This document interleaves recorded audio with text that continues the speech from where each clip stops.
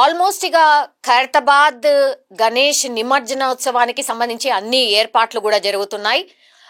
Already ఆ work కూడా start అయిపోయింది. అండ్ నిన్న అర్ధరాత్రి వరకే 12 గంటల వరకే ఖైరతాబాద్ మహాగణనాథునికి సంబంధించిన దర్శనాలన్నింటినీ కూడా నిలిపివేశారు. ఇప్పుడు క్రేన్ కి సంబంధించిన ఈ వర్క్స్ అన్ని కావచ్చు, లేదంటే ఆ గణనాథుణ్ణి ఈ టస్కర్ మీద కూర్చోబెట్టే కార్యక్రమాలు కావచ్చు, ఒకవైపు ఇవన్నీ కూడా జరుగుతున్నాయి. కానీ షాకింగ్ విజువల్స్ అండ్ ఒక రకంగా చెప్పాలంటే నాకు ఈ వార్త చెప్పాలంటే కూడా నిజంగా కూడా సిగ్గైతుంది. ఎంత ఘోరం అసలు. ఇప్పుడు మీరు ఆ మహాగణనాథుణ్ణి దర్శించుకోవడానికి ఎక్కడెక్కడికెళ్ళో భక్తులు వస్తారు, భక్తితోనొస్తారు. విఘ్ననాయకుడిని మొక్కి మమ్మల్ని సల్లగా చూడు దేవుడా అని, అట్లాగే మా మొక్కులు ఏమన్నా ఉంటే తీర్చు దేవుడా అని మొక్కే వాళ్ళు చాలా మంది ఉంటారు. ఇక కొంతమంది పక్కన మీకు స్క్రీన్లో ప్లే అవుతుంది చూడండి ఒకసారి ఆ విజువల్. ఎవరైనా సరే మీ ఇళ్ళల్లో కూడా ఆడపిల్లలు ఉంటారు, మీ ఇళ్ళల్లో కూడా అక్క చెల్లెళ్ళు ఉంటారు, అమ్మ నాయన ఉంటారు, వీళ్ళందరూ ఉంటారు. అవి చూసిన తర్వాత, ఈ విజువల్ చూసిన తర్వాత మీరందులో కనబడుతున్నారు అని తెలుసుకున్న తర్వాత ఒక్కసారి ఊహించుకోండి, మీకు కూడా ఓ అక్కనో చెల్లెనో అమ్మ నాయన ఇవన్నీ చూస్తారు కదా. 930 మందిని షీ టీమ్స్ ఆకతాయిలుగా గుర్తించి ఆడపిల్లల పట్ల ఏమంటారు దాన్ని, ఆకతాయిలు చేసే చేష్టలు ఏవైతే ఉంటాయో వాటన్నిటిని కూడా వీడియో రూపంలో తీస్తూ, అంటే వాళ్ళకి తెలవకుండానే ఇప్పుడు మనలో లాగానే కలిసిపోయి వాళ్ళు కూడా ఈ వీడియోలోనే తీస్తున్నారు. ఎందుకంటే ఇట్లాంటి చిచ్చోరాలు, ఇట్లాంటి ఆకతాయిలు ఉంటారని తెలుసు కాబట్టే ఈ 9 రోజుల పాటు ఈ మహాగణనాథుని దర్శనం ముసుగులో ఆడపిల్లలు ఎక్కడైతే ఉంటారో అక్కడికి వెళ్ళి వీళ్ళు కూడా అందులో కలిసిపోయి దరిద్రమైన చేష్టలు చేసుడు. ఈ వీడియోలు చూసిన తర్వాతనైనా ఇంకా ఎవరైనా ఇసుంటి ఆలోచనతోని ఇంకా కూడా ఎవరైనా ఉంటే ఫస్ట్ మార్చుకోండి. షీ టీమ్స్ ఉన్నాయి కదా, షీ టీమ్స్ పట్టుకున్నప్పుడు చూద్దాంలే, షీ టీమ్స్ ఎంతమంది ఉంటారులే, ఇట్లాంటి ఆలోచనతోని ఉన్నవాళ్ళు ఎవరైనా ఉంటే అది కూడా మార్చుకోండి. మీ ఇజ్జత్ పోవడం కాదు, మీ ఇంట్లో ఉన్న వాళ్ళ ఇజ్జత్ తీసినట్టు లెక్క. అయినా ఏం పనులు ఇవి? దేవుని దగ్గరకు వచ్చినప్పుడు మీరు చేయాల్సింది ఏంది, మీరు చేస్తుంది ఏంది? ఇట్లేనా ఉండేది? మొత్తం దేశవ్యాప్తంగా ఈ మహాగణనాథుడు ఎట్లా ఉన్నాడు ఏంటి, ఇంతమంది ఇన్ని లక్షల మంది దర్శించుకుంటున్నారట, ఎక్కడెక్కడికెళ్ళో వచ్చి చూస్తున్నారట, విదేశీయులు కూడా వస్తున్నారట అని ఒకవైపేమో మన గురించి చాలా గొప్పగా చెప్పుకుంటుంటే, ఇగో ఈ షీ టీమ్స్ పట్టుకున్న వాళ్ళని చూసిన తర్వాత ఇజ్జత్ పోదా?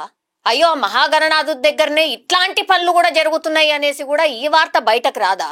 ఎంత దారుణంగా ప్రవర్తిస్తున్నారు అసలు. ఇందులో 930 మందిని షీ టీమ్స్ పట్టుకుంటే అందులో 55 మంది మైనర్లట. అసలు మీకేం తెలుసు? అసలు మీ ప్రవర్తన ఎట్లుండాలి? టీనేజ్ పోరగాలి చేసే చేష్టలు ఇవ్వేనా? ఎక్కడున్నారు ఏంది మర్చిపోయి సోయి లేకుండా ప్రవర్తించడం ఇదేనా?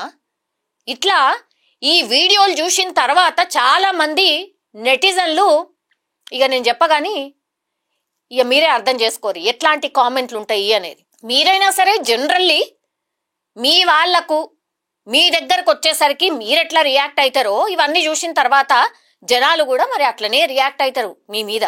930 మందిని పట్టుకున్నారంటే 930 మందికి సంబంధించిన తల్లిదండ్రులను మీరు ఎక్కడ నిల్చోబెట్టినట్టు?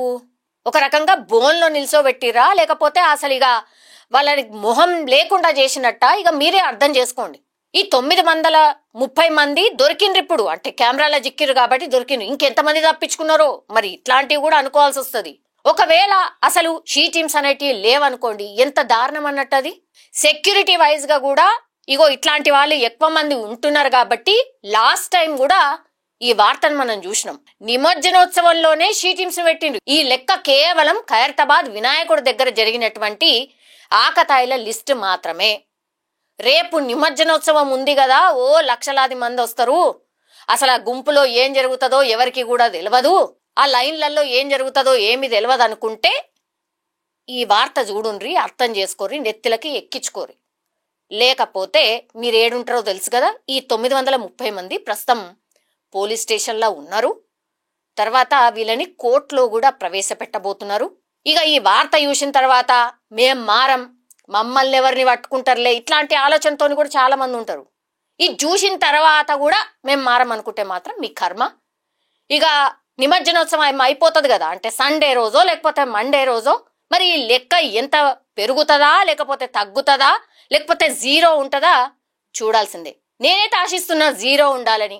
అయినా సరే మాకు ఏమీ లేదు, మేము అన్ని వదిలేసినాం అనుకున్న వాళ్ళు మాత్రమే వార్తల్లో నిలుస్తారు అని నేనైతే అనుకుంటున్నా. నిజంగా ప్రస్తుతం ఉన్నటువంటి సమాజం దేనికి ప్రయారిటీ ఇస్తుంది? ఆర్థిక సంబంధాల చుట్టూ మాత్రమే తిరుగుతోంది. మళ్ళీ ఎన్నికలంగానే చాలా విరక్తి కలుగుతున్నాం. మంచి అనిపిస్తుంది కదా, లేడీస్ కూడా ఛాలెంజింగ్ జాబ్స్ చేసినప్పుడు చాలా బాగుంటది. ట్రాఫిక్ అసిస్టెంట్స్ గా నియమించిన ట్రాన్స్జెండర్స్ అందరితో సాల్యూట్ చేయించుకుంటున్నారు. ఫుడ్ డెలివరీ ఇవ్వటానికి వెళ్ళినటువంటి డెలివరీ బాయ్ అనిల్ పై కళ్ళ ముందు